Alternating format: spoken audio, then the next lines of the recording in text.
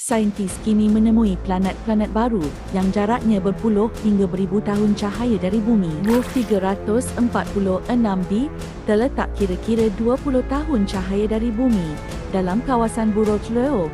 Planet ini mengorbit bintang kecil yang sangat aktif dan dipercayai mempunyai cuaca ekstrim. HD 137,010b pula ialah planet gas gegasi yang berada sekitar 120 tahun cahaya dari bumi dan dipercayai mempunyai ribut jauh lebih ganas daripada Mushtari. GJ 1137c ialah planet berbatu yang terletak kira-kira 41 tahun cahaya dari bumi.